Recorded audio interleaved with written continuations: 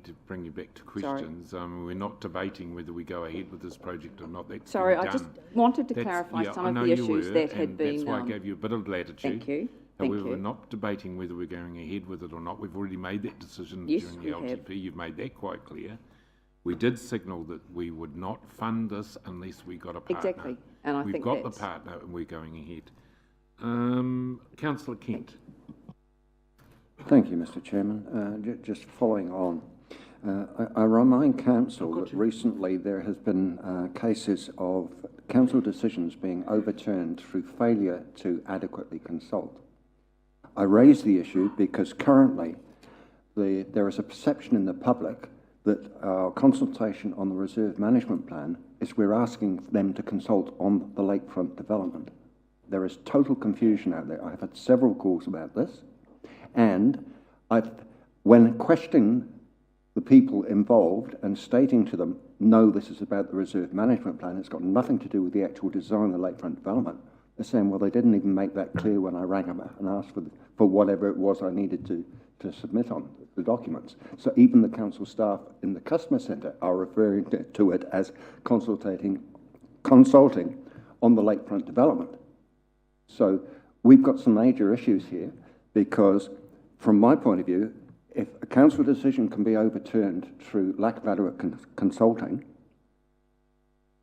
and we are saying that, oh, we did this consultation back in 2006 on a totally different plan and a totally different whatever, I would say there's prima facie grounds to have it totally overthrown.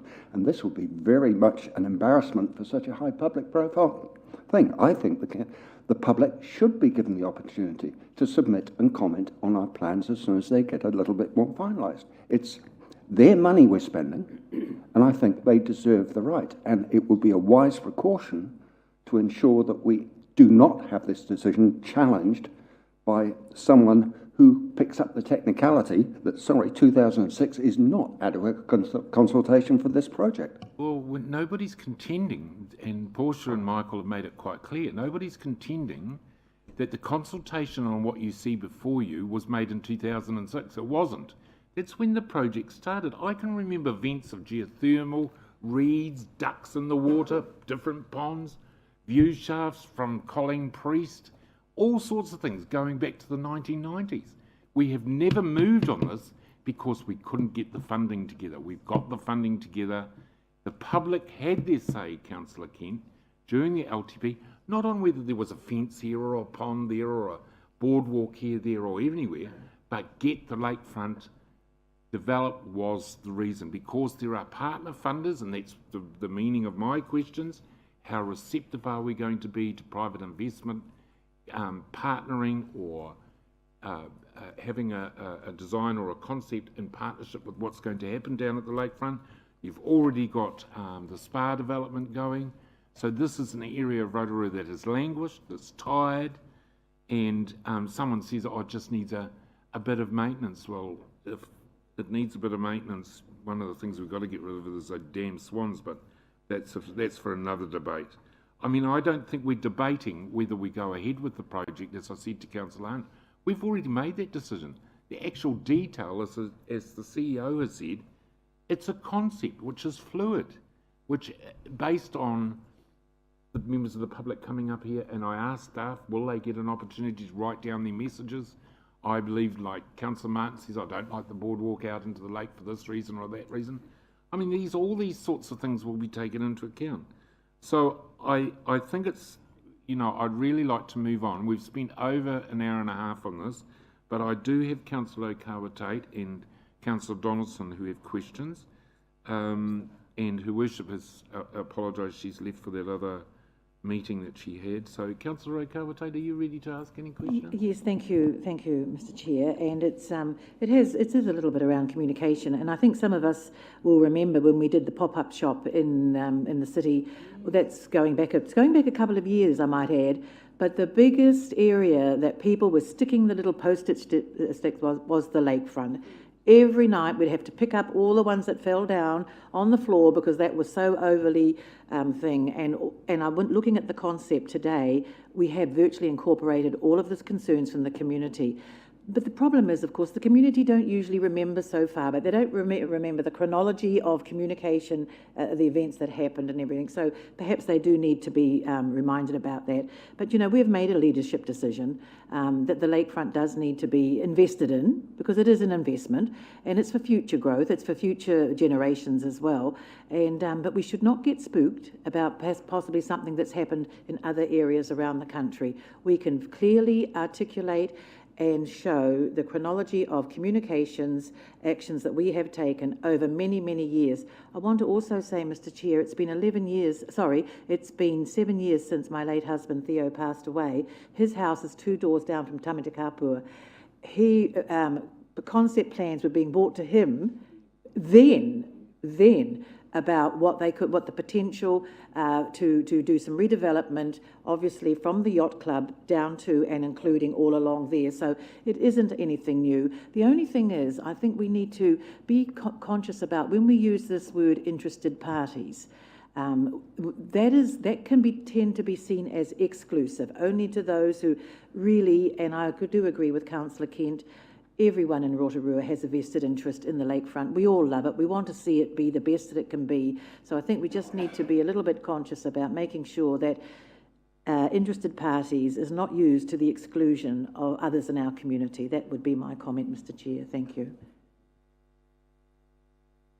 Thank you, Mr. Chair, and I agree with that. Any member of our community who wants to feed input in is quite entitled to, and I support your comments around the confusion Councillor Kent alluded to over the reserve management plan consultation.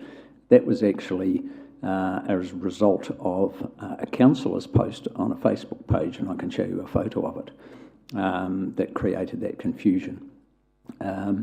However, my question is in relation to the fair point I think that Mr. Martin raised about the reality of economic development that might arise out of these projects. And Portia, I just wonder if you could comment on the involvement of Rotorua Economic Development Limited, our CCO, in relation to realising those opportunities, because I have some knowledge of some of the inquiries they're handling. And just before you do, can I congratulate all the staff involved in the theming, Mr. Chair, around the announcement by the Under-Secretary for Economic Development.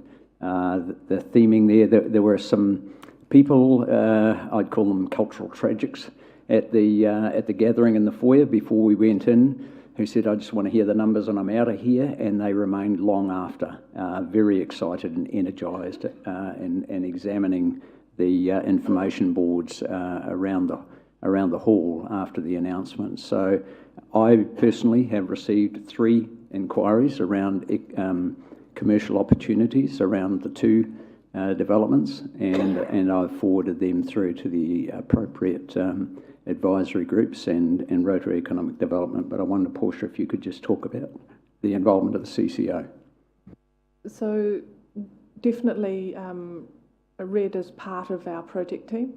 They're embedded in the project team itself, and they have, we're leaning on them to realise a lot of the economic development outcomes that are going to come out of the project. So definitely deep within the project team.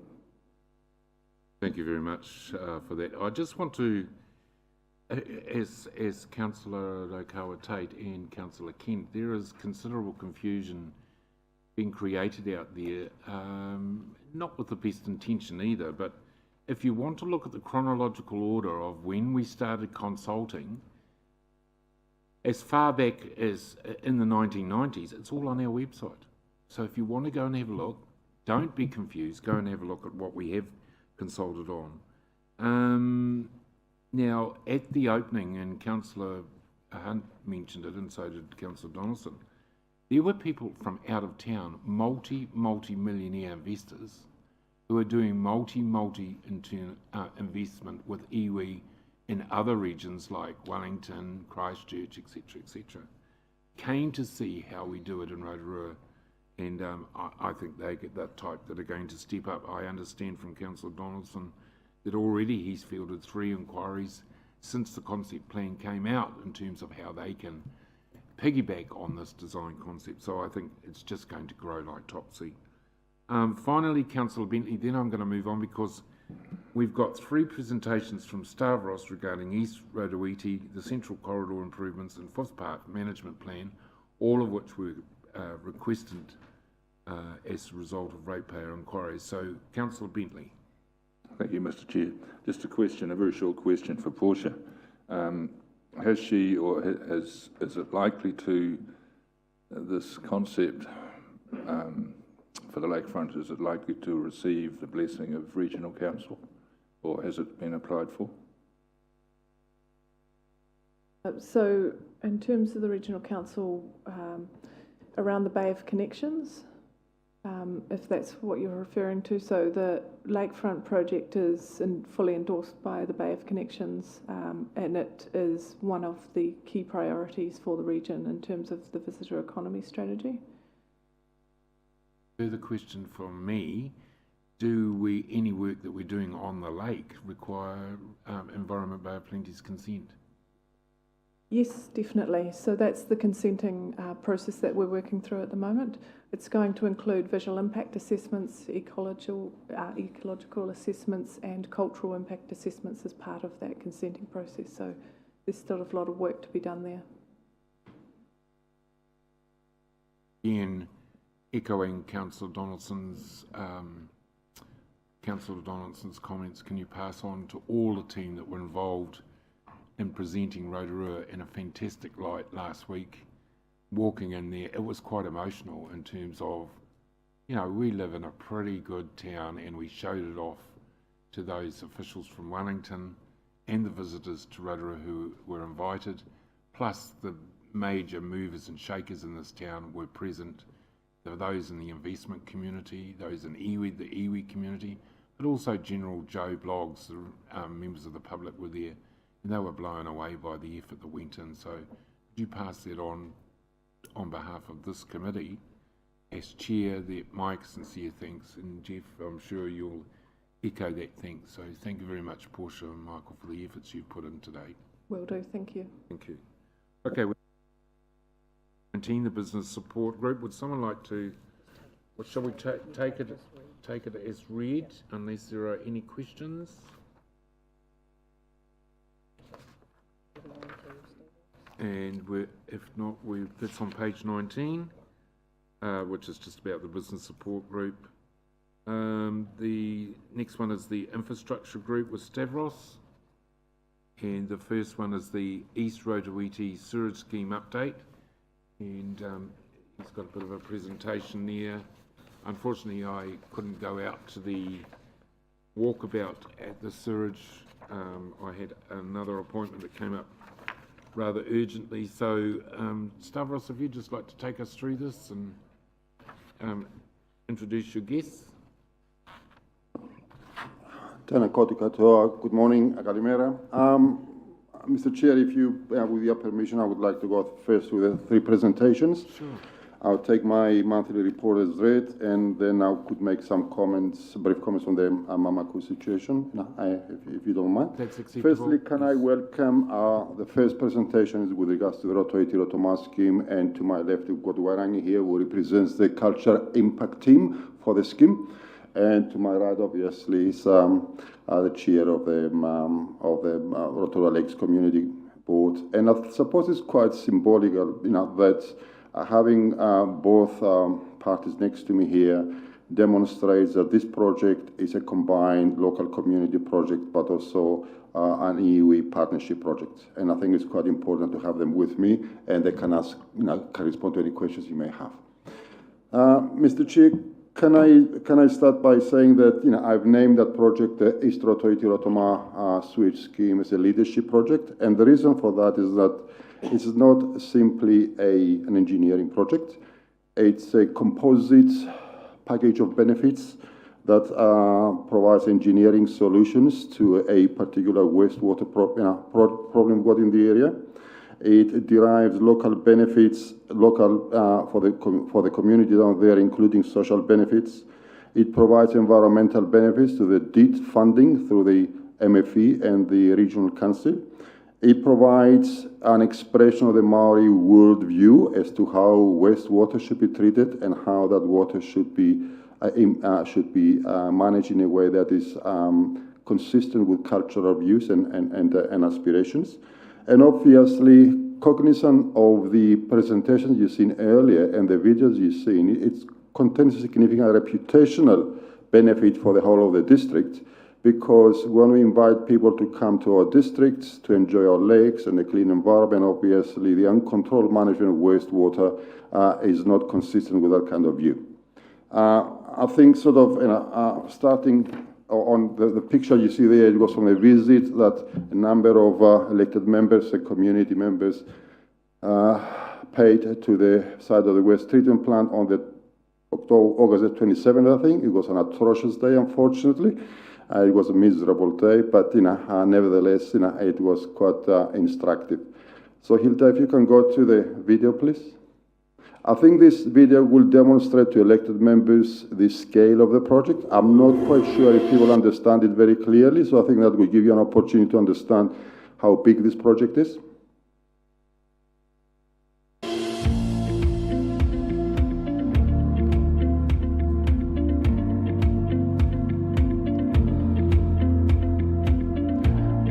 This is on the east side of Rotorua, and we're heading west towards Rotorua. That's the main trunk corridor, the blue part, the blue line.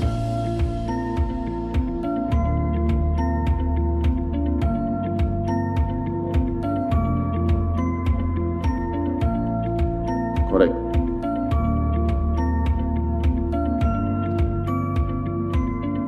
The pipe comprises 22 kilometers of main trunk pipe to reach the treatment plant.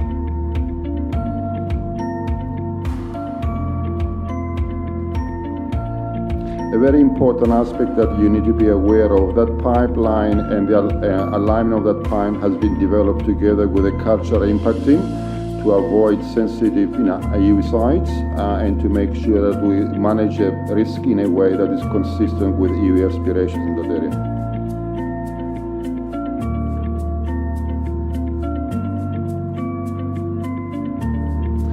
And as you go through the various classes of communities, obviously there will be local distribution development, which will connect to the main trunk of the pipeline.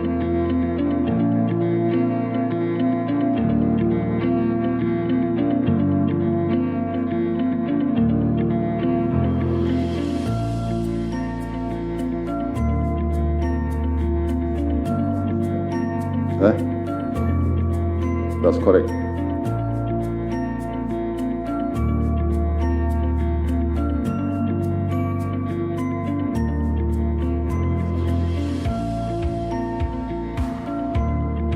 Now we're reaching the, close to Lake Rotorua, and from there the main line will follow the State Highways alignment and towards the Haumengi 9B, 3B thrust, where the treatment plant is located.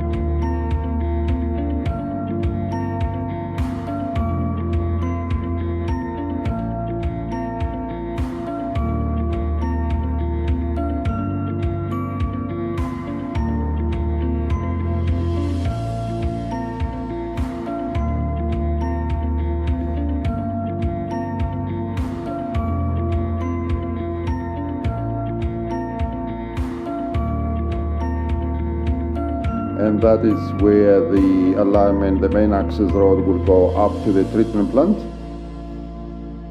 And that's where we are. Thank you, Hilda.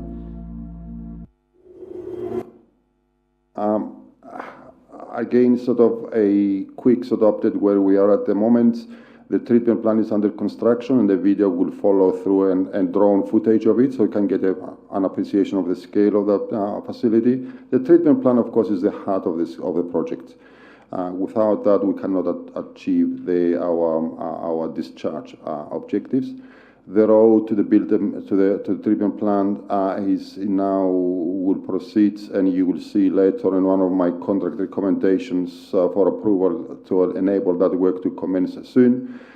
11 out of the 22 kilometers of the main pipes have been constructed, and obviously we are right here sort of an approach where as we go through the main trunk, the various communities on their way will be connected to it, and the objective is to have the treatment plant and the Rotorua scheme with all the connection pipes to it completed by April 2019.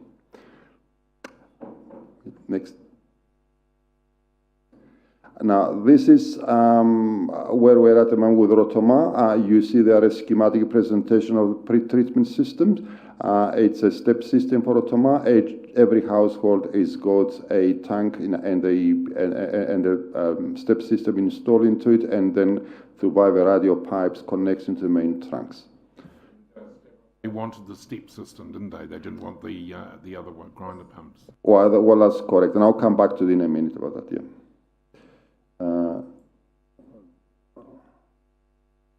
Hilda, do you have the video with the treatment plan itself? Can we play that, please?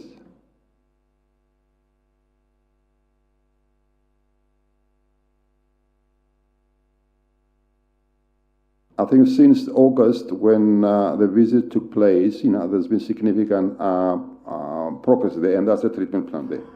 As a drone footage.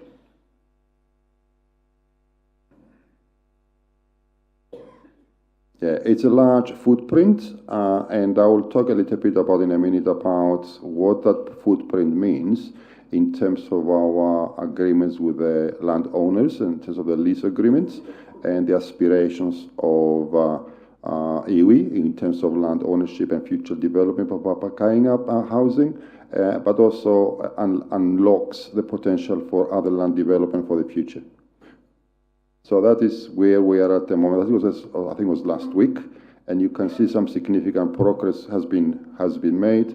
That is a road that will lead to the front of the state highway, and to the left, it's going to be the possibility of Papakainga land development, and also leads to the Urupa for the local iwi in that area. So it is a large facility, and it gives us flexibility to accommodate more development in that area, but also it provides an area for future access, for iwi land development and community housing up there. Okay.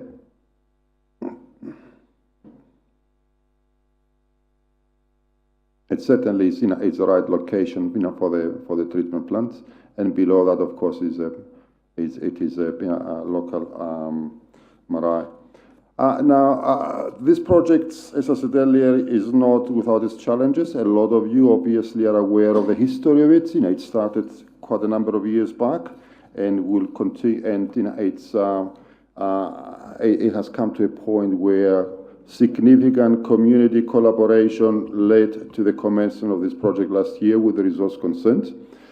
It contains challenges still, and I will list them again sort of in order of how we priority as we see them. In terms of the financial risks, it's one aspect of actually making an estimate for a project, another element of actually going to tenders and executing the construction. So a very tight project management regime is in place to make sure that we comply with the council's funding policy for this scheme. I think it's important to highlight that we are conscious of the fact that the local communities are very conscious of the residual capital contribution they will make to that after remove the funding subsidies for that. And therefore, we'll try to keep those capital contributions at the level that is considered affordable to the community. In 2017, we have advised the community that the estimated contribution will be about $14,000, and we are very conscious of that, and we are working hard to make sure we stay in that at $15,000 ceiling now for the costs. It's not just the local ratepayers, one part of the community, the iwi, through the cultural impact assessment reports, have given us some clear direction to balance all our activities in a way that will continue to minimize costs to all ratepayers down there. So we are trying to make sure that we're staying faithful to these considerations. The site being a large site, an exposed site, always suffers some exposed to some security risks, and we're trying very hard, together with the contractor, to make sure that we protect the facilities, equipment, and materials. We also have to recognize, and as I said earlier, this is consistent with the Maori worldview in terms of water. And since the resource consent has been submitted, a number of culturally sensitive and responsive actions have been taken, and that's why Wārangi and the cultural impact team are working very closely with us. We do have, we enable pre-treatment at each house. We have agreed to install smaller screens on each of the pre-treatment systems to minimize the amount of material or suspended solids that go through the pipe. We have installed a UV treatment at the end of the treatment plant to make sure that the residual fecal coliforms containing the effluent at near zero level, because it's as embedded in a landowner's lease agreement, it requires the possibility of beneficial use and recovery of the water for watering materials and vegetation, perhaps in the land. We also make provisions in the footprint of the plant to allow for future expansion, because a lot of the land up there belongs to iwi, and to enable the iwi aspirations for growth. And of course, some of these works and contributions to that will come through developer contributions. Nevertheless, the plant footprint allows that to take place. The other area where we work very diligently with the cultural impact team is the design and the alignment of the main trunks pipes to avoid sensitive sites, to have very strict protocols about accidental discoveries, and we also have got a cultural facilitator on site together with the contractor. All the contractors have been inducted into cultural sensitivity issues, and is working very well with that, and I'm sure Wārangi can can attest to that. Moving forward, what we still have outstanding is that we still have to make a decision about the pre-treatment system for Rotorua. That it's in the pipeline to be tendered in a way that that will allow a comprehensive procurement process to get the most cost-effective and sort of a resource consent conditions compliant system for Rotorua. To enable that, we intend to call tenders for the supply, installation, and operation of the on-site systems to get the maximum balance from the industry. As you alluded to earlier, Mr. Chair, the issue of biolytics or step system will be settled through the tendering process, which will define which is the most cost-effective system to achieve the outcomes that we all aspire to. And that recommendation will go to the schemes steering committee, and the steering committee will make a recommendation which will come back to this council. And obviously, we as officers will make our own recommendations according to the protocols of staying faithful with the project cost and the project aspirations. So it's a process to go through. Can I just interrupt there, Stavros? So you're going to go to contract and ask for the expressions of interest in terms of grinder pumps as well as the step system? We are asking for a system that will meet a pre-treatment system on property to meet a range of performance indicators, a range of ongoing maintenance KPIs, and obviously cost effectiveness, as I said, because we have a tight budget and we need to make sure that we stay inside the envelope. Yeah. We also need to make some decisions to the tender process, and we need to look into for alternatives for articulation. I'll come back to the next stage and I will explain why. Where we are at the moment for this project scheme in terms of financials, we have a budget of about $35.3 million. That was the LTP allocated budget. You see to the top right-hand side, up there, we've got this, that's the treatment plant cost up there. We've got the construction of the plant itself. That plant came to year for your approval earlier in April because we were under pressure by the Ministry of Health to demonstrate tangible progress on that plan for the $4.5 million subsidy received from that. Subsequent to that, we have proceeded to discuss and agree with the landowners the location of the actual road, access to the treatment plant, the utilities in terms of water, stormwater, power supply, and so on that go to the plant, but also to enable the future papakainga development in that area. And now we have concluded those agreements, and the total package for that work is about $9.5 million. In Rotorua, we've got a construction and the step supply contract worth about $11.9 million. We've got the initial planning, legal and consents expenses to date, which allows a residual of about $10.9 million left to be spent to complete the Rotorua scheme. That's a very tight budget. And as I said earlier, we have to manage those remaining works in Rotorua to stay inside that time frame with a view of staying faithful to their funding policy to make sure that the local communities can arrive at an affordable capital contribution scheme.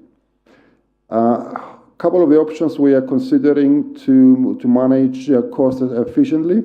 The contractor that currently executes the Rotorua scheme was being awarded by competitive tenders. We obviously have the best rates for the reticulation system, and we intend to negotiate with them extending that contract to Rotorua because that will avoid the significant procurement costs, but also will demonstrably give us the best available unit rates per meter for this main trunk reticulation. Another option we have to consider is that if you look to your left on the west side, we've got two small communities on Curtis Road and this area here, which you take the distance from here to the Rialto Bay, and I'll just put on this side here too. Those two communities here contain between about 50 properties, but the distance from there to connect to here is about 5 kilometers from main trunks. And depending on the outcome of all the tenders, to put these 5 kilometers of main trunks, we estimate it costs about $2.5 million. And the question has to arise whether that's the best option for now.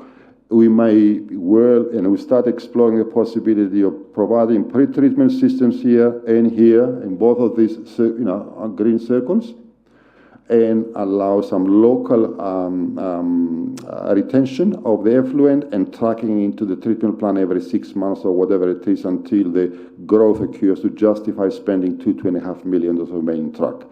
We haven't made a decision on that yet. We are exploring through our concept plans from there.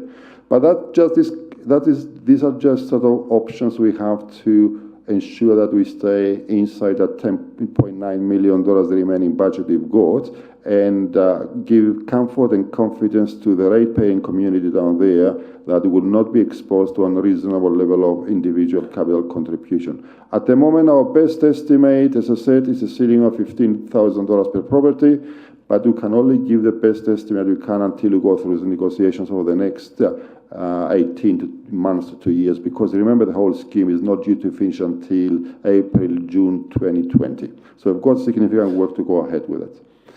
And again, that's just a bit of a more focused approach to the two areas. There is significant sort of distance to be traversed, and we would like to explore the possibilities.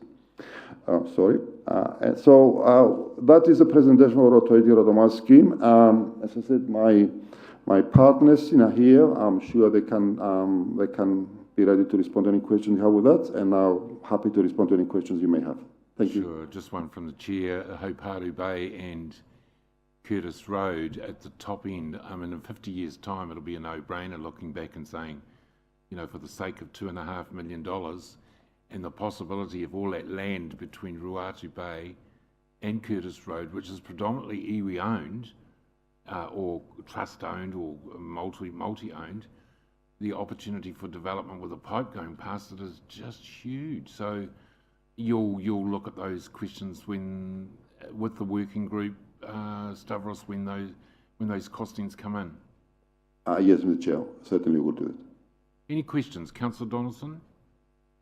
Thank you, Mr. Chair. Through you, Stavros, thank you for the presentation, and I'm critically aware of the community's concern about the capital cost per household unit equivalent, and thank you for the efforts in trying to keep that under that ceiling.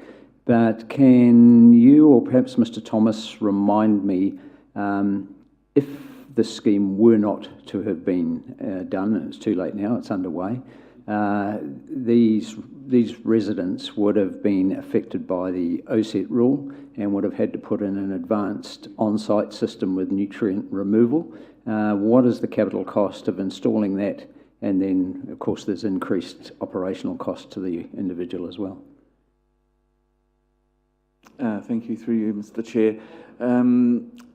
Yes, and actually it's quite a relevant question at the moment, because Regional Council is just reviewing their OSET plan and Plan Change 14, and they have still maintained what they call the maintenance areas for Rotorua. If you were having to go to a aerated wastewater treatment system, which is what is deemed needed, you're looking between 16 and 20,000 for the actual plant, but by the time you install it, you're going anywhere up towards 25, 30,000. If you can.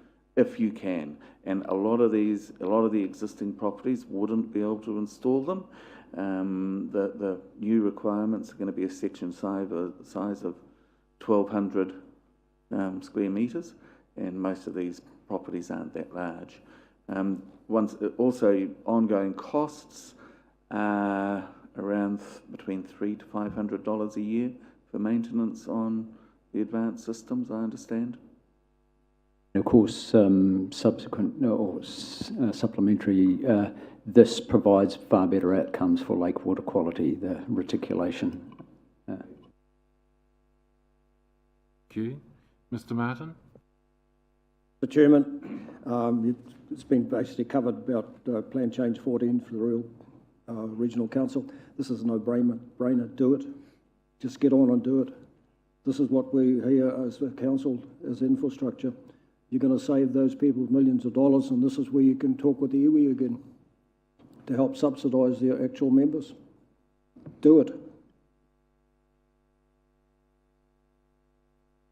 Thank you, Mr. Chairman.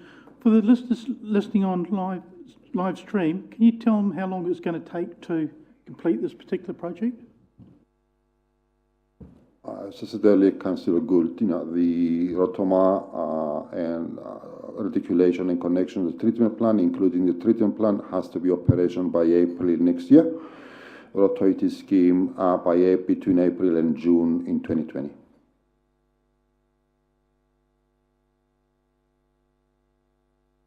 We've got you. The road, you said that we've included infrastructure in the air, electricity, etc., for future development for Papakainga, which iwi obviously played a part in consulting you on.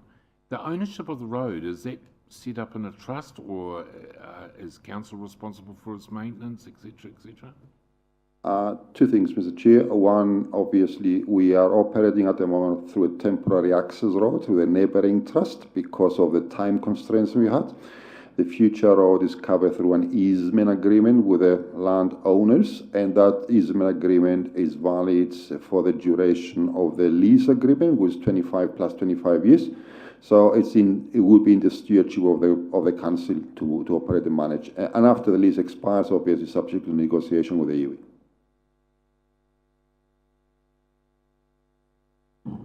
Yeah, thanks, Mr. Chair. It has been mentioned, but just a reminder that the underlying principle of all of these small lakeside sewerage schemes was the improvement of lakes' water quality, and the fact that OSET systems do not cut it in a number of areas around our lakes, and therefore the council going way back determined that lakes' water quality and growth were the principal reasons why we were putting in these schemes for our small communities around lakesides. Thank you, Mr. Standing. Quite correct. Would you like to make comment? Yeah, tēnā koutou katoa. I'd just like to say that iwi see the benefits of a reticulation network in our community, our Ngāti Pukeao, Ngāti Rongomae. We are in a position, a lot of our land trusts and incorporations are in positions to develop, and a key issue at the moment is housing for Māori, particularly Anotiti. So having this reticulation network passing through our lands makes it easier. Well, it's one step closer for iwi to develop Papakoinga, even personal homes for individuals that have their own. So we totally support the scheme 100%, and we're grateful that we've had the opportunity to work so closely with the council on this project, and having our cultural issues considered throughout the whole time of the scheme since 2014. So yeah, we'd just like to thank actually Stavros and the infrastructure team and the council for letting Ngāti Pukeao, Ngāti Rongomae and Ngāti Mākeno have a say in what actually happens in our area of interest. Kia ora tātou. I also echo those thanks to Stavros and his team, because that wasn't always the case, and that's why the Environment Court, and it cost us over $3 million because we hadn't been respectful to those three iwi, and it was their impression and the Environment Court judge's impression, we just rode roughshod over iwi's intentions and their cultural values. So they said, you know, take stock and go back and start again, and we had to, and cost us a lot of money, but we learnt the hard lesson. In terms of a question to you, the people in Rotorua Bay, it's quite intensive in there. Have you had any personal feedback that they would be receptive to extending the pipeline? There's actual geographical challenges getting to Rotorua Bay as well, and we're very aware that we've known that for quite a while, and even at the start of the scheme, we thought there's going to be issues getting pipelines between. Not so much Rotorua Bay, Hauparu Bay and Tapuwaikara. The whānau Rotorua Bay, they're very supportive of the scheme, and we had the biolytics trial in Rotorua Bay. So we haven't had any objections from the whānau that live in Rotorua. Thank you. Just a question, do we have an indicative price for the holding tanks in both Curtis Road and Hauparu Bay? And are there any cultural issues in transporting if that was the price that was determined, if we determined to put the holding tanks in there? Are there any cultural issues to transporting to the wastewater treatment plant? And my last question is, if that was the route we took and there were holding tanks, does that stop any future development on those houses in Curtis Bay, or would that open up as long as another holding tank could go in those areas? Through Mr. Chair, good questions. As I said earlier, we're starting on a point of view that the scheme needs to attain its key objectives. Obviously, one of the objectives is containment of costs, because we need to take into consideration affordability. We're going through the options at the moment, evaluating each option with a view of costings, cultural impacts, acceptability, and so on, with a view over the next 6 months or so to come back to you with some recommendations. The overarching principle here is we've got about $11 million in the balance book. We are torn between imposing more costs onto the ratepayers, capital costs, while at the same time conscious of the fact if some of these costs cannot be afforded by the local ratepayers, will remain as a debt burden on the rest of the general ratepayers. So we have to find the right balance into that. I don't have the exact figures, but our project discipline dictates that we explore options, discuss these options with all relevant parties, discuss with the steering group, with eventually making recommendations to this council for some decision making.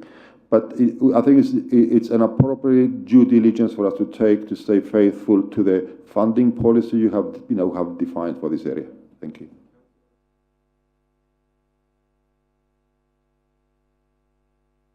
Thank you, Mr. Chair. And tēnā koe. Look, I just want to say I heard what you said, Ms. Flutter, about thanking us, Council, for allowing, for this development to go ahead. But I just want to say I do want to thank Ngāti Pukeao and your iwi out there and your hapu out there for allowing us to build, to do this on the development, the wastewater treatment plant on your land. Sad as it is, but a few years ago, this would never have got off first base. There were people sitting around this chamber who were adamant, no way would council go anywhere near Māori land. And it was an indictment on some of those people who sat at the table at that stage. We were asking, and we still are asking the lakeside communities to assist us to get to get the water quality back to where hopefully it'll be better for everyone. And in doing that, you've come forward and allowed us to use your land. So there are benefits on both sides. But so the thank you also goes from us to you as well. Kia ora. Thank you, Mr. Chair. Councillor Raukawa-Tate, I couldn't have put it better myself into the whara whānau. There are a number of members of that whānau who have moved on. In particular, I think of Fred and many of the people who are out there who had a passion not only for lakes water quality, but to make sure things were done right by the iwi. And I think what you achieved, Stavros, with Mr. McClay's input and your working group has been a happy ending to what was a very sorry case. Fine. Mr. Chairman, you would like to say a few words? Thank you, Mr. Chair. Look, I would just like to remind Council that although this is the East Rotorua sewage scheme, of course, once we've completed this, we're looking to add Lake Rotorua to it as well. And Council has indicated that in the long-term plan. You'll get sick of me doing this over the next little while, reminding you that we still haven't quite got affordability for that community over the hump. So please, Council, remember that we need to come up with a solution for them as well. We're going ahead with Tarawera and a lot of effort going in there, and I would just hate to see Rotorua forgotten. It is the last part of this puzzle. Well, I hear what you're saying, and I think your board, community board, should keep the issue in front of Council. I think there is a special case to go, not only to get the Ministry of Health subsidy, but other subsidies and other government departments who should come on board because of that simple affordability issue. But we'll leave it at that. Thank you, Stavros, for that. And we have the next presentation, which is the Central Corridor improvements, which is you're going to take us through that too, Stavros? Thank you. Yep. Again, can I put it into the context of the wider picture, if I could? As you would recall, about 3 years ago, we started a process with the New Zealand Transport Agency, which we call Connect Rotorua. That Connect Rotorua project has got 3 components. One is the Eastern Corridor, which is from Sala to Isles and from Isles to the airport. In the near future, you will see the Sala and Tarawera intersection to Isles, physical works commencing, and I think that's consistent with the discussions you had earlier about the forest development. The business case for the 4-laning to Isles to the airport is in the process at the moment, and obviously that we will have some definitive outcomes of that result too. We've got a Western Corridor, which is the old Tapa Road, and that anticipates improvements all the way from a Himo roundabout all the way to Nogotaha roundabout and through the Nogotaha village, and that's another piece of work in progress. The Central Corridor, State Highway 38, that goes from Sala all the way to Old Tapa Roads, east to west, has been subject to an agreement between NZTA, to be transferred under the stewardship of the Rotorua Lakes Council, subject to a number of conditions. A couple of years ago, we have agreed that a process will commence, and NZTA has dedicated about $11 million to bring that corridor under a certain standard for which will allow us to take it over. That process at the moment has reached a stage where we have an agreed concept, and that concept I would like to present to you today, so will allow us to do some detailed feedback and engagement with the local community, so we can proceed from the concept to detailed design, and from detailed design to tenders early in 2019 to be converted into the right level of road we want to achieve. And I think there's a brief background of the history. The overarching sort of concept here is that the reassignment of the state highway into a local arterial roads will meet council's key objectives. There were 3 objectives agreed by the project steering group. One, in that corridor, was to maintain the corridor traffic capacity as far as practical. There are members in the community, and there are often remarks made about NZTA should improve all the corridors before we take this over. However, it is not always viable and possible, and therefore we are quite keen to maintain the capacity of this corridor to as high level as possible, because it accommodates at the moment somewhere in the region of 23,000 vehicles a day. About 90% of the traffic it's local traffic, it's not interregional traffic. It's traffic that comes in and out of the CBD, and also the servicing industry traffic. We want to make sure that the section of the corridor, especially between Fenton and Ranald Streets, it offers a significantly elevated safety for vulnerable corridor users. If you try to cross from Tutanikai to the north to the Rotorua Central at the moment, is a little bit of the Grand Canyon in terms of safety. It feels and looks like a state highway. It hasn't got the right environment for vulnerable users. We've got very poor active mode corridors, and we want to make sure we improve it. And the third one, of course, it's especially the Fenton to Ranald Street is part and parcel of our urban rejuvenation strategy, and we want that corridor to look like a part of the CBD and behave like part of the CBD. A number of cost options have been explored to achieve that, and the current option is right for to move forward. The concept summary is, as I said, maintains traffic capacity, improves active mode connections from east to west. Remember, the state highway all the way from Isles Road to Old Tapa Road will be connected with shared cycles and walking ways or 3-meter width, like we do on Ranald Street, to make sure we complete our walking and cycling network.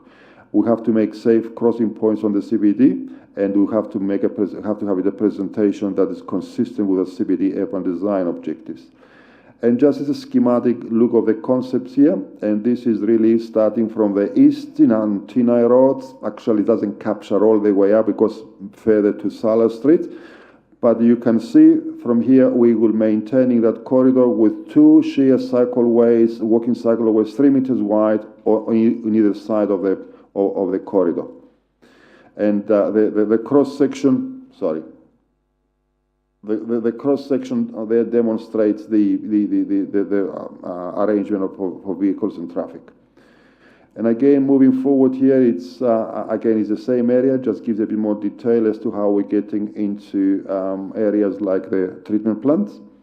And again, it's the same concept where we are trying to address key intersection points in Margarita and here on Tinai Road. Moving forwards, we're going, sorry, I think I've missed something here. Now, that is the west side. This is Old Tapa Road. There. And this is Pokwatua Street. And going all the way towards Ranald Street. This is where Kmart and Mitre 10 and so on, and the school in the vicinity. And obviously, we want to maintain a good connection all the way, to the west, from the central city, or they go to the west. The intersection of Pukwatua Street here and Amo House Street has always been problematic because it's not really configured for walkers and pedestrian users. The school kids in that area tell us that they're afraid to cross the road there in this location, and they want to make sure we provide them safe crossing facilities. The yellow line you see here, it's part and parcel of our sideway there that will bring cyclists and pedestrians all the way into the CBD. So what basically anticipates here is that the runoff Street Hall Tapo Road will have a signalized staggered crossing outside the school. We'll have a solid median through the right turns for to Tarewa Road Street, and on Pukwatua Street left and left out only. That's what the concept calls for the moment, and this is just technical designs of the classification of these roads. I won't bother you with that. This here is the intersection that goes into the Kmart and Mitre turn. That's the intersection there to be improved, and again you can see the sheer cycleways and walking spaces continue all the way into the city, and obviously the parking shoulder to remove the north side of Oma House Street. This is, again, this is the key, this is Rotorua Central. You have runoff streets. The circles there indicate, Amo here and runoff, indicate that these intersections will be upgraded with modern traffic signals. The signals we have operating in that area are quite antiquated.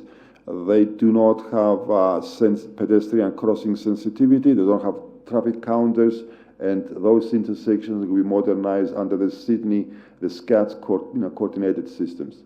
The intention here is that, especially on the northern side, the initial concepts anticipated that we have a sheer cycling and walking path on both the north and the south side of Amo House Street. We received some complaints and concerns for the local residents and businesses there who wanted to retain, I think it's about 30, 35 car parks on that side. And we have revisited the concept, and now we have agreed that between Ranulph and Fenton Street, we will have a sheer cycleway only on the south side, the green corridor there, to make sure that we retain the car parking on the other side. And again, that's a configuration of the intersections, and these are just a traffic model in denotions about the efficiency of movement of traffic and pedestrians. And again, when you come into the Rotorua Central, that's Tutanikai. The anticipation here is that we will have a highly visible and highly pedestrian-friendly platform similar to Te Manawa, to make sure that Tutanikai and Rotorua Central are easily connected with signals. And obviously the intersection of Fenton Street here, you can see it over there too, also be modernized to accommodate complicated movements of traffic in that area there too. So I will remind everyone again, the important aspects here, we try to maintain traffic through capacity, we're trying to improve safety and intersections and the crossing points, and we will have materials deployed and urban design principles applied that will make that road more consistent with an urban arterial route instead of a state highway. And again, that's technicalities, but therefore, what we intend to do over the next few weeks is to take these concepts, have some more detailed conversation with local parties, and from there proceed to a detailed design for construction. The estimated cost for that is about $10.5 to $11 million to be paid by NZTA. Thank you. Thank you, Stavros, and I'm pleased you highlight that we've been talking about this since 2014, because it makes you wonder as an elected representative. Some people live in a cocoon, and they don't see what's happening around them, because we've had a bit of criticism levelled at us that we haven't talked to people along the route. Well, I just can't understand that, but never mind. We've got some questions. Councillor Kent, then followed by Councillor Gould. Thank you, Mr. Chairman. Thank you, Stavros. Where did the buses park? the buses park on the north side of Fenton or where the restaurants are, on the north side. So effectively, where you've got marked the car parking spaces, the bus just park there as well? Yeah, okay. Same space, yeah. Councillor Gould.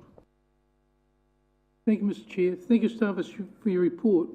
Concerning package 2, with the loss of 22 car parks on the southern side of Amahir Street, if the retailers, can the retailers object, and will you listen to them, and will it be changed? Could it be changed, or is this the plan, and there's no chance of listening to the retailers in Amahir Street or Titanakai Street? Councillor Gould. Can I just clarify, where are you talking, Councillor Gould? Because I thought he had explained on Amahir Street on the southern side, which is the Rotorua Central side, that's where the car parks, and there's no retailers. What he's done is listened to the people on the other side and kept the parking on the opposite side to Central. It's retailers on Central. both sides, but there are bus parks there, which means that the cars can't park. The parks on the left-hand side, the southern side, which you're talking about, which is 22, right outside the warehouse going up to Farmers just about, you know, that strip of land there. There are food retailers on the right-hand side, on the northern side, which appreciate customers parking on that side of the street, walking across the road and using their establishment. Through you, Mr. Chair, obviously the purpose of developing concept and going to having some detailed discussions with locally affected parties is to inform our final design. I think what is the evidence on the south side of the car parking facilities, about 22 car parks, are basically all-day stays there. They are unlimited car park. People usually are workers who park there. Also, I would like to remind Council that inside Central Mall there are 1,600 car parks. So people who want to utilize a short-stay car park there, they will have plenty of choice. And I think we'll move on now to item presentation number 3, which is your footpath management policy. I think it's I would move, I'm happy that it be taken as read. I requested this because I was coming under some personal attack from some people that we weren't administering our footpath assessment policy. I've now got the levels. We've got detail there of how much is allocated in the LTP. The priority is requires replacement, then consider for replacement some cracking. I mean, just because you've got a crack in the footpath outside your property doesn't mean to say nice little man in a white coat's going to come out, dig it up and redo it for you. But a lot of the damage I've noticed, and I want you to comment on this, is heavy vehicles that are getting up on the footpaths and up on the booms that are damaging the booms. But some of the booms that I've had inquiries about are 50 to 80 years old, and they're coming up for requiring replacement. But that there, I mean, that's not done by people walking on it, that's for sure. It's in the heavy industrial area, surely. Yeah, Mr. Chair, I mean, that obviously, I think the indications are quite clear. We've got about 670 kilometres of footpaths. We allocate, your long-term plan allocates a significant amount of money to cover the reactive maintenance and obviously the proactive plan renewal of the buses. In terms of the asset life cycle, the amount of money invested into that is quite consistent with the asset management principles. You're quite right. Cases like that, and the reason I put it up, cases like that is not a natural deterioration of a footpath. It's heavily damaged by heavy vehicles, and you can see the vehicle crossings there. It doesn't mean we leave them unattended. We've got enough funding resource. When they come like that, we replace them. And I think the amount of money we allocate for reactive maintenance is there. On the other side, this one there, it might be cracked, but really the reality is more visual than actual, more practical. But again, footpaths like that are earmarked for renewal.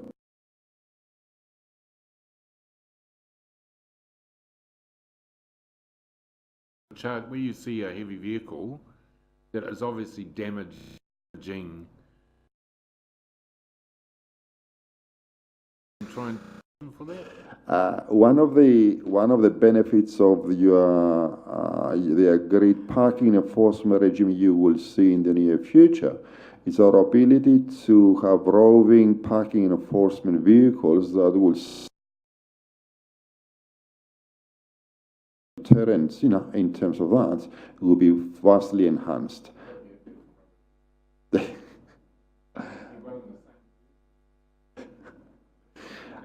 So are there any questions on this?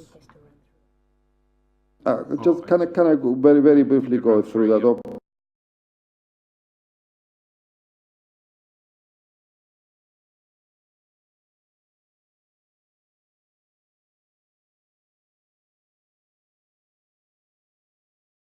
Level we arrived at.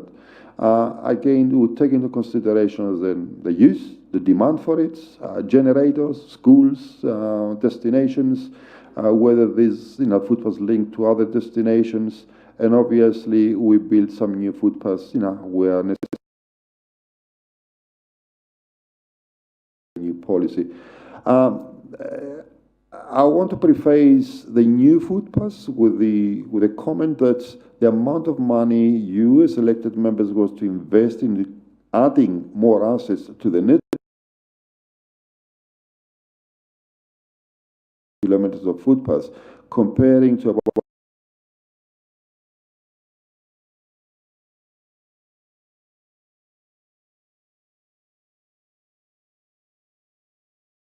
kilometers sheer cycleways. I think we've got an adequate, supply of these, footpaths. And yes, there are some deteriorations, but the deterioration is adequately funded, for repairs and reactive maintenance. And again, sort of the grade of assessment, we have here is that, we aim, your KPI as a council is that we have to make sure that at least 98% of our footpaths are at a level that is better than, some quick examples. Obviously, a whole entire replacement of footpath is a repair, and that will be repaired. A footpath like that might be some settlement there, and again, it will replace that.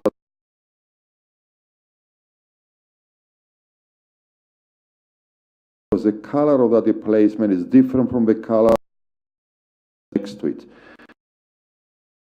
Brand new footpaths like this one here, and it's got a life expectancy of up to. One of the subsidies for footpaths until last financial year, NZTA was not subsidizing the footpath maintenance and reuse. As from this year, we started receiving 55% subsidy for that, which allow us going forward in the future to construct new footpaths or new at faster rate, because obviously our local share will go a longer way.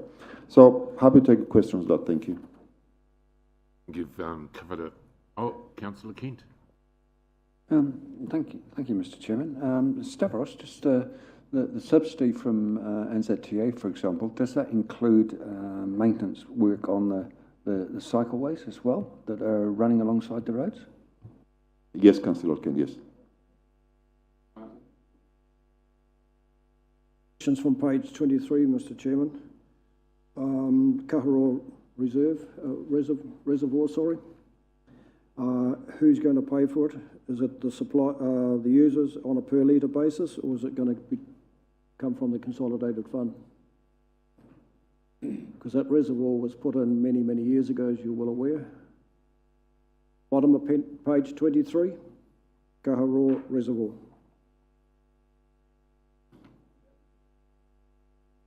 That's correct. That's why I'm asking the question, who's going to pay for the replacement? Consolidated fund? That's a good question, Stavros. Will that come out of that? Well, it's a standalone cost centre, isn't it? The potable water activity is got 3 phase budgets. We've got the maintenance, the renewal, and the replacement. And obviously, as reservoirs are vested into the council, is funded through our renewal budgets and water optimizations budget. Remember, we've got in your LTP a program of works that that anticipates improvements and enhancement of levels of service, because some reservoirs obviously require enhancement to accommodate land development, future development, and we have what we call optimized renewal budgets to pay for that. We'll be talking to the scheme out there, because, geez, I'd hate to wake up one day and say they've got another bill for $200,000 for a new reservoir. So we'll certainly signal it to the users. That's what you'd be looking for from the Rural Community Board, Mr. Martin. Chairman, as long consultant. Okay, thank you. Yeah, that's right. Thank you, Stavros. Oh, Councillor Gould. Tanya, sorry. Councillor Tapsell first. Thank you, Mr. Chair. Could you just go back to the 4th slide, where it shows the operational policy of prioritising? The next one. Thank you.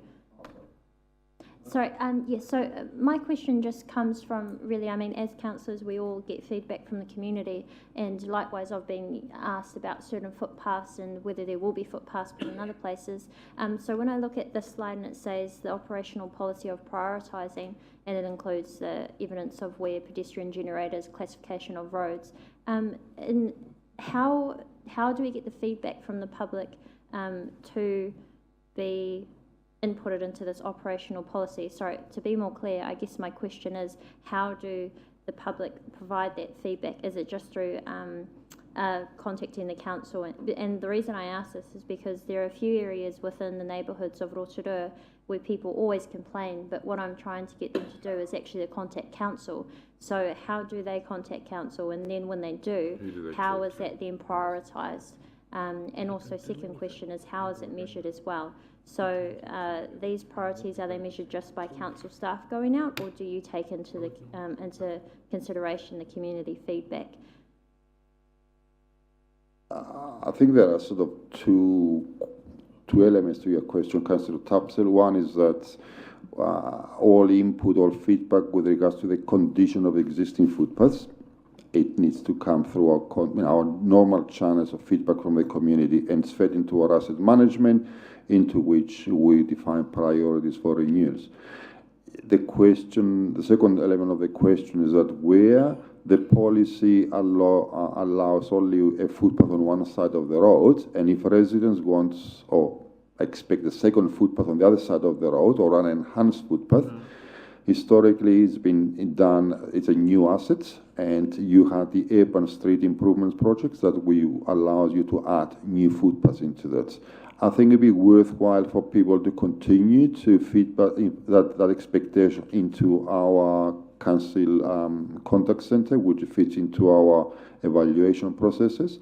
Remember, every 3 years, you consider the amount of money you want to invest on new assets, and new footpaths is another part of these new assets.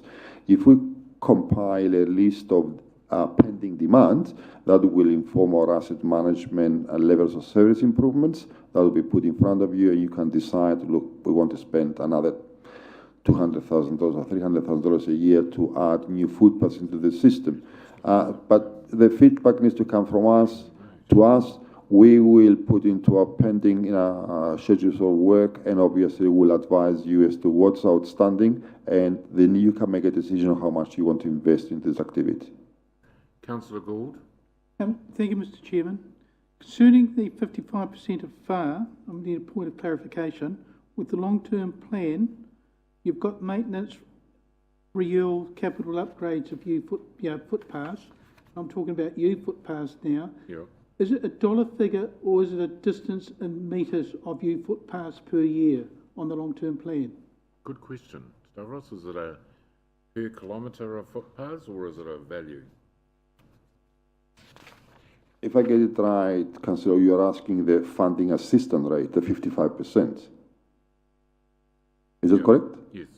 Well, that it's a contribution. It's a 55% of the costs of actually being assigned to the footpath activity. If we spend $1 million, they give us we get 55% of that.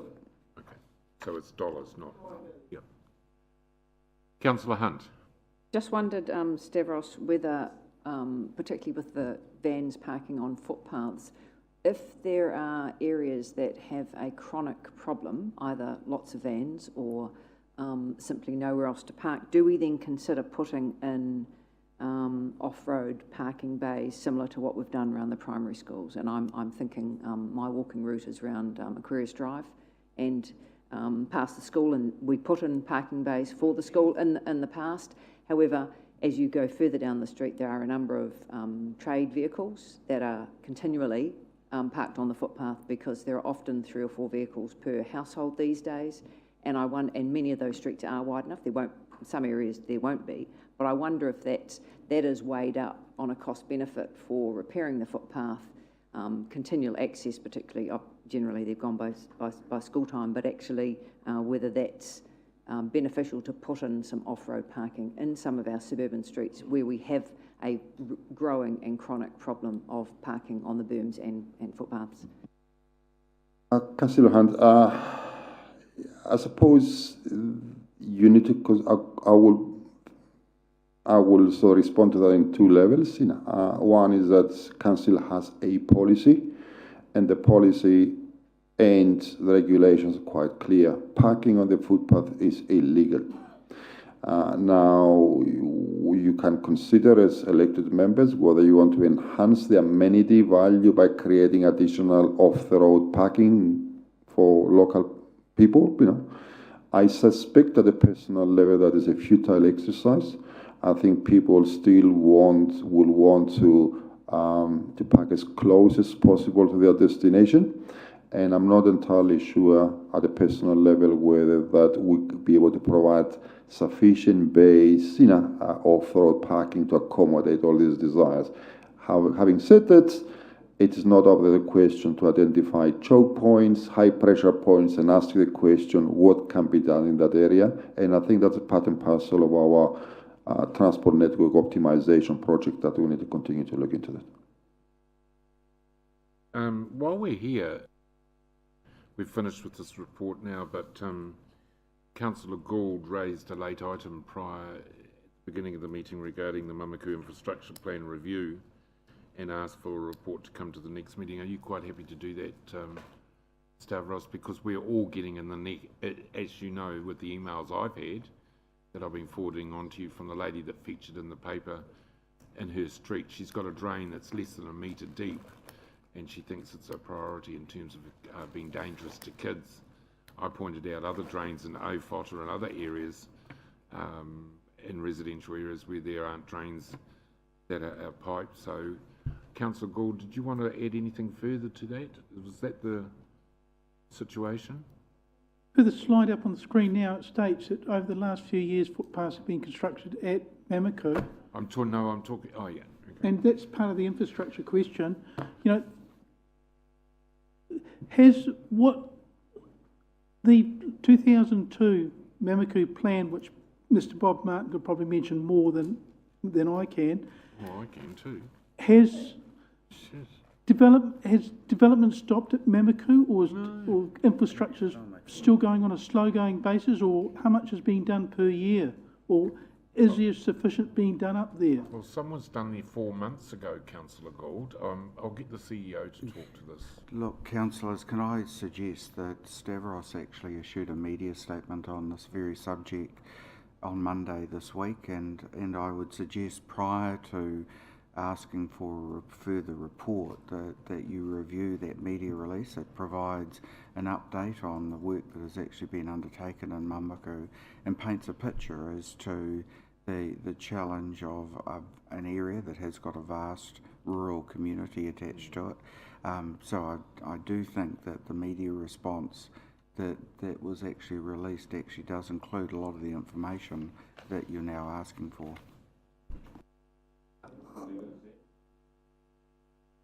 A copy of that, please. Thank you. That emailed to us. I thought it was on Stavros anyway. On Stella. Yeah. Okay.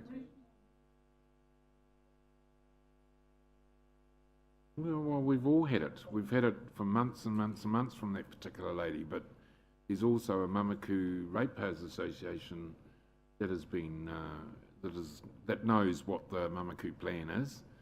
I mean, we sealed and curbed and footpaths stretch of road there, 4 or 5 months ago, or prior to winter, by the playground, and that's part of that plan. So, okay.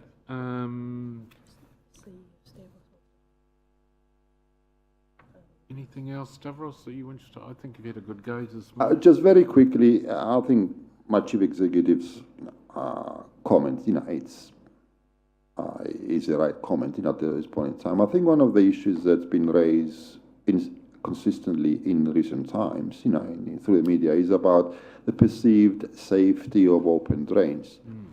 And the reality is that, if you extend it into all possibility of risk to streams, lakes, edge, high-level footpaths and so on, that becomes an unattainable goal.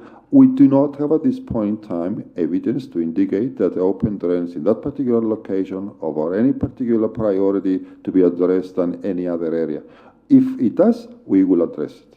Yes, that's the message that's gone back to that particular lady, and the Mamaku Ratepayers Association have always accepted that. But over time, they've said, once we do the reconstruction of the streetscapes that Councillor Martin and I were involved in early days, these issues are attended to. So thank you for your report, Stavros, and thank you for the work that you're obviously doing.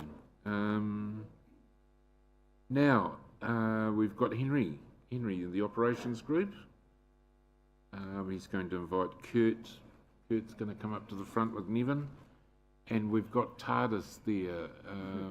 Is it TARDIS? Looks like Nevin's TARDIS behind you. Yeah, Mr. Chair. Is he going to press the button and disappear? Or? Kia ora, Mr. Chair, and kia ora koutou, councillors and board members. And look, in the interests of time, I'm happy to take the general report largely as read and take any questions from you. Possibly the only thing I was keen to highlight is a piece of work which is going on behind the scenes at the moment, but which is hugely significant in terms of the museum project. And that's, we're in the middle of a 3-week de-install process of the removal of the taonga from the museum, which is logistically a phenomenal task. It's culturally really hugely complex and sensitive, but also the sensitivity around the precious nature of the taonga, the involvement of other museums, Te Papa and Auckland Museum. It's been a phenomenal exercise so far. So touching wood, all going really well so far. But it's a major step in the progression of the museum redevelopment. Mm-hmm. So if you're happy, I'm happy to pass on. So that's from pages 26 through to 35. Yes. We're going to take that as read. Obviously, there's a lot more. Yeah, I've got that. There's a lot more activity going on behind the scenes. Certainly, we haven't dropped the ball, in your view, Henry, with regard to the Sir Howard Morrison Performing Arts Centre and the museum being the #1 priority for us. Okay. Councillor Kent. Thank you, Mr. Chairman. Just interested in your views, looking at the building consents, to see that in actual fact the total value of building consents for the year to date is down on last year. The number of building consents issued for new dwellings is down on last year, and the number of subdivisions approved is down on last year, but we are only talking 2 months. Is this indicative of a trend, processing up or down, or what?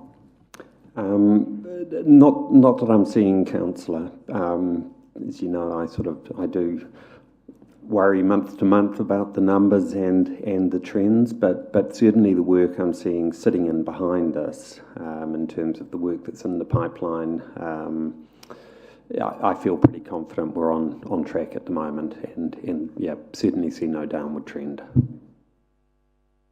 Okay, there are no other questions, so if you'd like to take us through the parking services contract. And really, this is just to come back to you, conscious that it's been some time since Council approved the decision to work in partnership with another service provider, and it's been a reasonably lengthy period in terms of the negotiation of the contract and the finalisation of the detail. But what we're expecting to see over the next 1, 2, 3 months is some quite visible and significant changes, which Kurt and Nevin can take you through.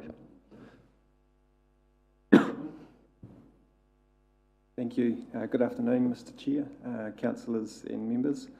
Thank you for this opportunity for us to give you an update on where we've got to. And I think appropriate that we just start with a little bit of background. As Henry had said, it has been a wee while since we've been in front of you around this. So the contract was awarded back in May this year, and it had a couple of key things that I guess that we were looking at doing with that. One of them was the replacement of our ageing meters with some more state-of-the-art technology, which we'll give you a little bit more detail around later in this presentation. And also, of course, getting more dedicated enforcement staff on the street so that we could ensure a fairer and consistent approach to enforcement. So I guess underpinning all of that as well, just remembering that the parking policy and the fee setting remains squarely with Council as well. So I guess a couple of points around the 3 phases for implementation of this contract. October, which we're clearly in now, we're in a phase now of getting those dedicated enforcement staff trained and then into deployment of them. They'll initially be using our current enforcement system just to maintain that consistency with the public and get familiar with the way that we do things here in Rotorua. And that'll work towards the, I guess, acceptance testing of our new, what's called the G-Techna enforcement package. In November, we will be kicking off with some acceptance testing of a new scan car, or LPR car, which stands for license plate reader. And we'll have a few pictures of these shortly to show you a bit more practically. And so once we get past that, that'll also link into that same G-Techna system, followed in December with full enforcement of the new system and our meter rollout. So to give you a little bit more of a pictorial, I guess, journey, this slide is really aimed at, I guess, the faces that you're going to be seeing on the street going forward. We currently have our Safe City Guardians going through a uniform, a new uniform type of process.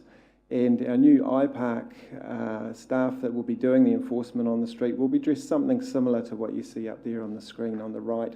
So not necessarily the same shades, etc. That's just indicative only, but just to give you an idea of what the people are going to be seeing on the street in the coming months. So the scan car, again, this is just indicative. It's not actually the car that we will be using, but yes, there will be a scan car equipped with licence plate recognition technology. Initially, that will just be looking for what we call our Schedule 2A offences, so that is your no rego or no warrant.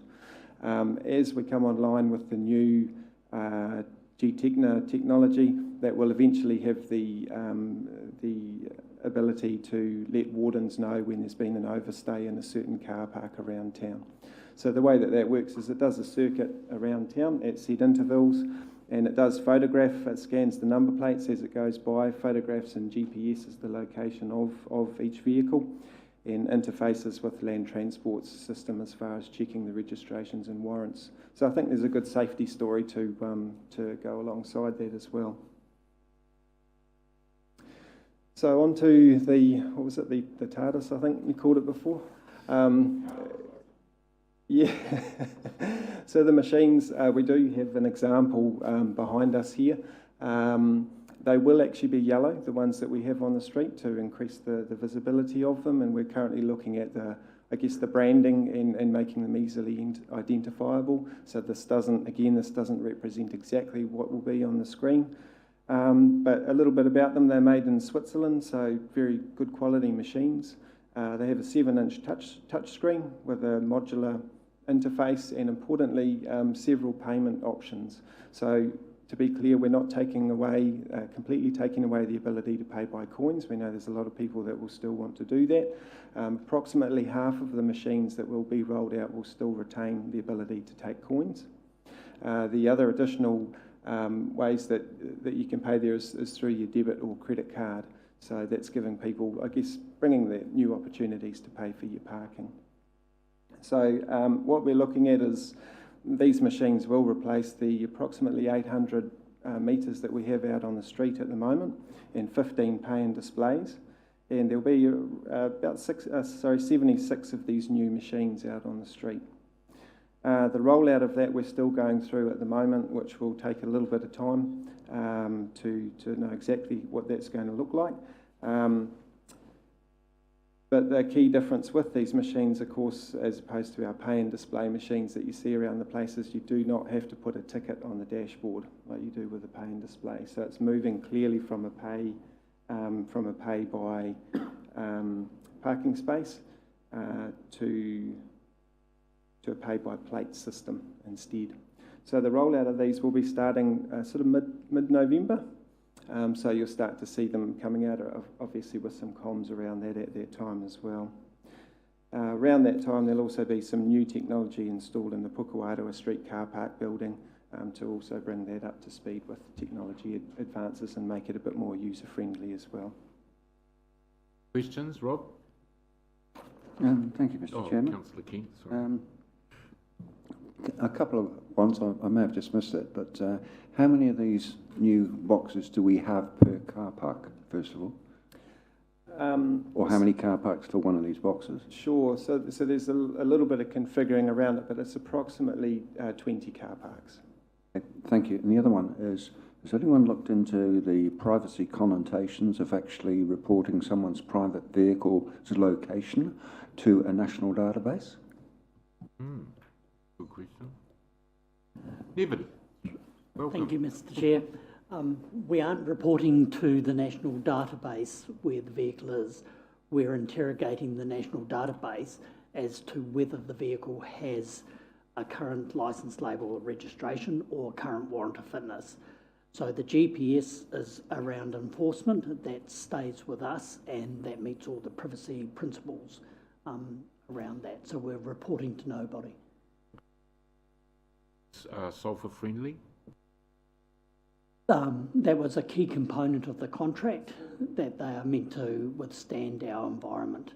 And the supplier and the Hardings iPark, they have guaranteed that they'll do the maintenance on those as part of the contract.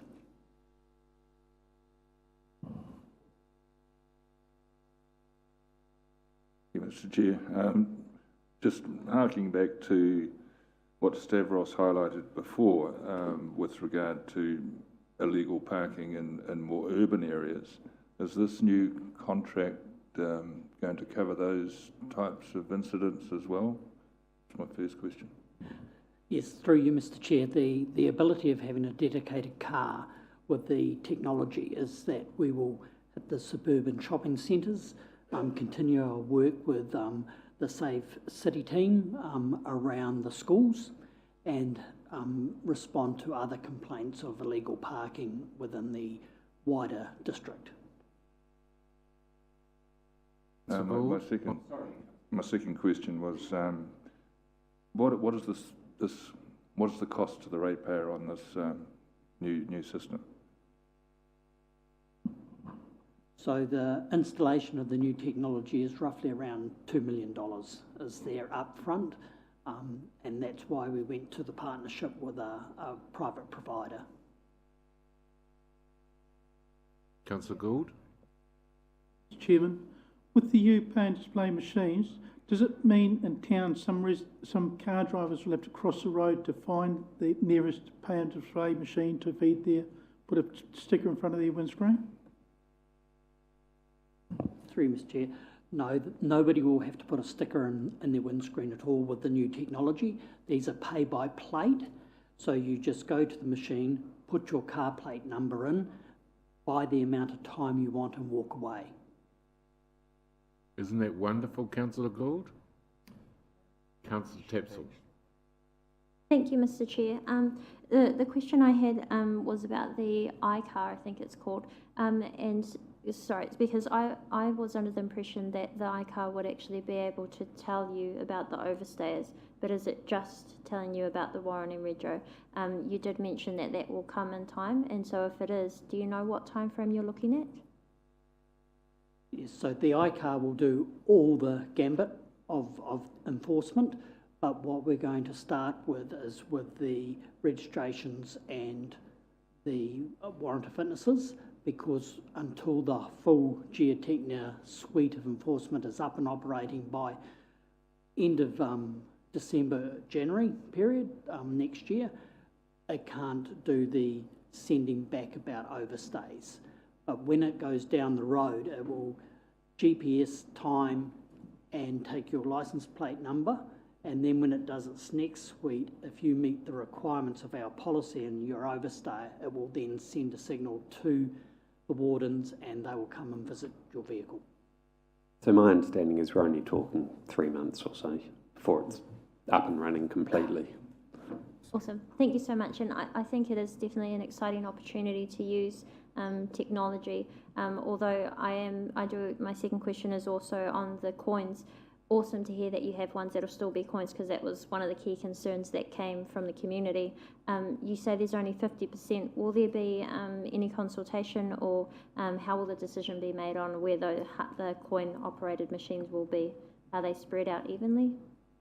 Yes, so the aim is where they'll be mirrored. So on one side of the street will be a machine that doesn't accept coins, and on the other side of the street there'll be one that accepts coins. So the iCar picks up a car that is stolen. What happens there? Yes, so at the moment we use similar technology through our CCTV network, and where a car comes to the attention that it is stolen, it'll come back through the signal and be reported to the police. Any further questions, Mr. Martin? Thank you, Mr. Chairman. Just looking at the casing of it, it's a fairly plain-looking type of garlic. Mr. Chairman, I was wondering if there's any chance of having some advertising put on it, and the advertising be given to schools, and each school is responsible for getting the advertising, so you've got a fundraising opportunity at the same time. Can I look at those possibilities, Nevin? Yes, so I think one of the things that we haven't talked about is the 7-inch touchscreen technology. So that is totally interactive and controlled by what we call the mothership, which is, it's all sent from one central point. So what we've been thinking of is once we're fully operational and it's rolled out, is that, say, coming up to Marathon, the first screen of it will be saying, Rotorua welcomes everybody for Marathon Week, and may have little people running through from doing a marathon. You may be able to, in the future, you'll pay for your infringements on the screen. You may be also able to buy, say, a ticket for On the Duck to go onto the lake. So all of those possibilities are in the technology. We have identified the back side of the machine as an opportunity to promote Rotorua, and we're working with Red, we will be to look at that. And our parking enforcement people will not be in the business of clamping? No, we have no legal authority to clamp. Sure, and I just want to ask Stavros to comment, because I don't want to give the wrong impression. I don't think it's cost, the impression is, in reply to your question, you said it's cost $2 million. Can you? Mr. Chair, I think the question was that what is the cost to the ratepayers for the implementation of the new technology? The RFP and the tender actually require the supplier to put a capital investment, for all this machine, all this technology, and there'll be no cost to the ratepayer, on that basis. Investment. The correct answer is the investment is up to $2 million. Okay, cool, but it's cost the ratepayers no money. Councillor Donaldson? Yeah, Mr. Chair, you mentioned that there's one machine allocated to every 10 car parks, but if your business takes you 2 blocks down the road and you suddenly think, I haven't got enough time left before I want to go back to my car, can you pay at another box anywhere else in the inner city? So there's two parts to that one. Yes, we're looking at zoning for that. So if you're in, say, the blue zone, you'll be able to pay for it on that machine, and you can be anywhere within that blue zone. But there will also be a launch of a parking app, and so you'll buy your parking on the app, and you may be in there getting your hair done and you need some more time. It'll remind you that you're getting close to the time, and you just say, buy some more, as long as it's within the time restriction of where you've parked your car.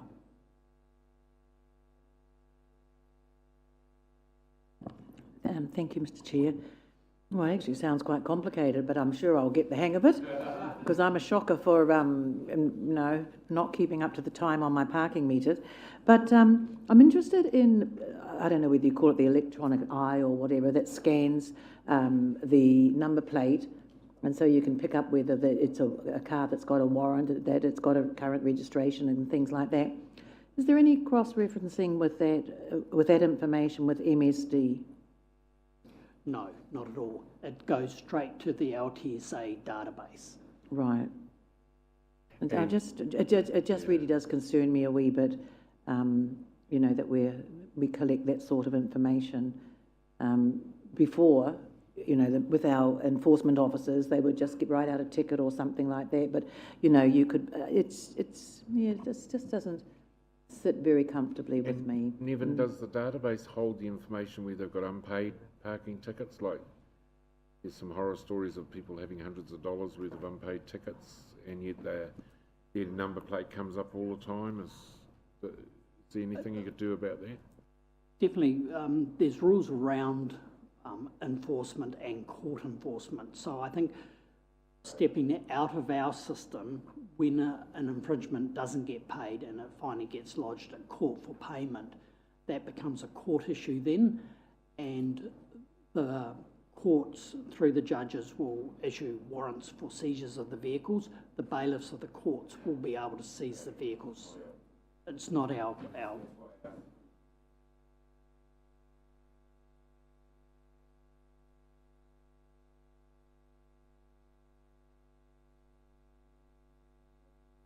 Mr. Chair, I'm a bit hesitant to ask, but is it possible to do the Waipa presentation with Rob as well? It'll be relatively short. It's just pretty flexible, but we've got lunch there that we keep getting blamed for it spoiling. So, Councillor Kennell, get your question, and then we'll do Rob's presentation. Okay. Just a quick one. This iCar, can it also, since it's number plate detection, presumably it also works on moving vehicles as well as stationary ones? Our processes for stationary vehicles, we don't have any legislation that allows us to work in the moving vehicle space. Because you could think of the possibilities with Magnum PI and all those sorts of things. God, it could be quite scary. Okay, Henry, is Rob's present, so we'll do the Waipa. Now, in talking with Rob and in discussions with Councillor Donaldson, if any members of council or the community boards wants to meet at the on Tuesday at 1 o'clock at Waipa, you'll see us all parked there. I've asked Councillor Donaldson if he'd be gracious enough to take us for a tiki tour. You don't have to bring a bike, but take us for a walking tour of what's happening down there, because I went down there yesterday and I just could not believe, I mean, that just looked so last year. It's just huge what's happening down there, and I think we need to know what's going on and what our investment is, the private-public partnerships that are obviously occurring down there that, to be honest, we're not aware of. But with this presentation today, Rob is going to update us on where we're at. Welcome, Rob Keithley. Kia ora koutou, everybody. I'll work through this pretty quick. About a dozen pictures. They're slides basically with pictures. But this was the winter 2016 situation. Heavy traffic road that you turned off and went and parked on some gravel and accessed the forest. And the sort of centre back picture is the toilet block. Some portacoms there from mountain bike Rotorua, but basically you sort of zoomed in and out between logging trucks and heavy freight coming out of Waipa, which wasn't a particularly attractive access point to a forest that's getting over 200,000 visits across the bridge that is in the back of that picture. So the first step was to build the car park. Now, this was developed work started in 2016, late 2016. So we basically formed a proper sealed car park in that area there. The red line is the lease area that the council has from Red Stag. That shape was basically due to the way that Red Stag had plans for the site for other things that you'll soon see coming. And that shows the horse paddock where the north symbol is too, where the BMX track is now being built. So that's the start of the car park construction. I think Councillor Donaldson might have taken that photo of that infamous power pole that sat there for only a very short period. But in basically, the middle of the road. yeah, we had to build the car park around the power pole because the lines didn't get down in time, but they have gone now. That car park there basically was a $340,000 job. It was about $40,000 of drainage because there was quite an issue with drainage there. But that basically provided a high quality parking area for about 180 parks. That's the view of it now. The bottom right hand picture is basically pretty much the 2 days after it was sealed and the first set of painting went in, but we didn't get all of it done before the weekend, and as you'll see, the cars just absolutely filled it up to the max. The top picture was just taken on the weekend. Some temporary fencing and some other work going on around there, but suffice to say that car park is full most weekends, even during the winter. Yep. Moving on, we basically sort of, after the car park, then recognised, well, actually, this is there's some other opportunities to do some work here. A key part of that was that after the car park was built, we still had some major issues with heavy traffic, and sort of we were struggling around how to create a safer environment. And with Red Stag's work, they came to us and said, we'd be quite happy if you built a heavy traffic bypass through our land to get the heavy traffic away from the recreational traffic. That then gave us the opportunity to look at the old route in, the Waipa State Mill Road, and actually think, right, we can do something extra with that. So also in this picture you'll see on the top right of the screen a development that Red Stag had planned, which is the Secret Spots hot tubs. I'll show you some slides of that, which is currently being built at the moment. And also in the centre top, you'll see a grey 3-blocked building. That's the new Red Stag cafe and bike hire and retail that they've got there, facing up towards the forest. It also overlooks the event space. So that's a photo that was taken 4 or 5 months ago, I think. So the heavy traffic road was built through that alignment. We had some problems there. We hit the asbestos of the old Waipa Mill village. We knew there was asbestos there because when they got rid of that village, they just bulldozed it straight into the dirt. And so in building a new road, we had quite a bit of asbestos work to do with that. So that's the new heavy traffic bypass road sliding off to the right of the picture. Tiara Ahi crosses it, which is the footpath on the very right, and then you'll also see in the sort of centre left of the picture the bridge to the BMX track, which has got the blue decorative poles that go in there, and the entrance to the old area. That was what it was looking like about May. So that's the old heavy traffic road going in, and basically the new work that's been done for creating extra parking spaces there. Top photo was just after the work was finished. Bottom photo was on Saturday. As you'll see, we've already got overflow occurring on the left-hand side of the picture there. That's into that sort of grass space, which is the overflow car park area. We do open under heavy use periods, which school holidays is pretty much now. So that's how it looks from the state highway end, and that's how it looks from the Waipa Mill end. Again, top photo, nobody there, and bottom photo on Saturday. So other things that have been built there, you'll see that with this investment into the area, this public investment into the area, we've got a significant private investment from Red Stag. Top picture is the new cafe, bike hire and retail space that overlooks the event area and up into the forest. That they're intending to have that up and running before Christmas, which it's dragging on a bit later than our project, but they're getting there. The bottom picture, sorry, the photo's not particularly good. It's the Secret Spots hot tubs. It's actually quite hard to get in there and show you a photo of what it looks like because that's the whole intent. It is facing down into the stream. It's a very nice setting with a number of hot tubs for dirty hot mountain bikers to go and relax in afterwards. Okay. The other thing, Rob, is they've used the wood first concept for that design up the top.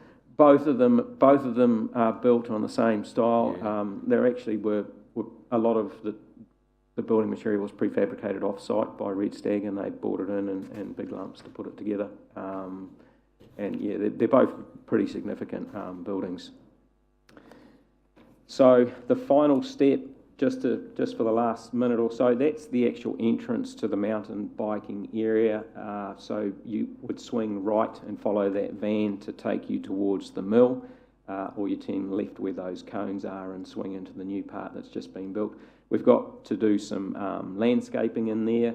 The whole project for the heavy traffic road and the parking on the old road had a budget of $1.34 million. It was subsidised, it was contributed to by RECT as well. RECT put $438,000 towards that project.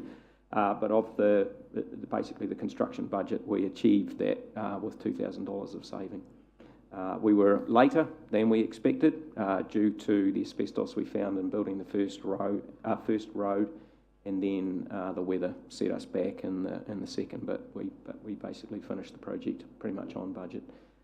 So landscaping's the last bit, which is in that gravel area that you see immediately in front, and also running down towards the centre background. There's a number of sort of islands to break that up, and it will basically involve this sort of landscape plan that our landscape architect Mel Cameron's done. But that shows the entrance area, which sort of encourages a bit more alignment into the parking bays and then off down into the key access point to the forest. So I'll finish it up there. Happy to take any questions. Thank you, Rob. I don't think there are many questions, but again, Tuesday at 1 o'clock, Rob and Dave will be there. They'll take you for a tiki tour around the site. What's really exciting is the BMX track is underway. That you can drive onto the bridge, which I did, and then I drove round. A lot of the other stuff is fenced off at this stage, Dave, but that might be eliminated. But what I was impressed was left-hand in, you have to go right round the other end to come back out onto the highway. So there's no two-way traffic when you go in past the mountain biking area. Now the mountain biking area, I mean, you know how many people are coming to Rotorua every weekend for mountain biking. There was two-way traffic there, it would be mayhem. So it's neat how you've divided it and brought them back through that other. And I think it also behoves us in view of your report, Rob, with my portfolio, is to say we are so grateful and so thankful to have corporate clients or corporate people who are so passionate about Rotorua and Red Stag and the Rotorua Energy Charitable Trust to help fund this and make this a reality. So I just, with that, we'll adjourn for lunch. If you'd like to return, we go into the public excluded area, unless there are any questions on Rob's general report. I think most of it is pretty detailed in terms of what he's up to, in terms of his capital spends, sports development, etc., etc. So we'll adjourn the meeting until 1:45. Thank you.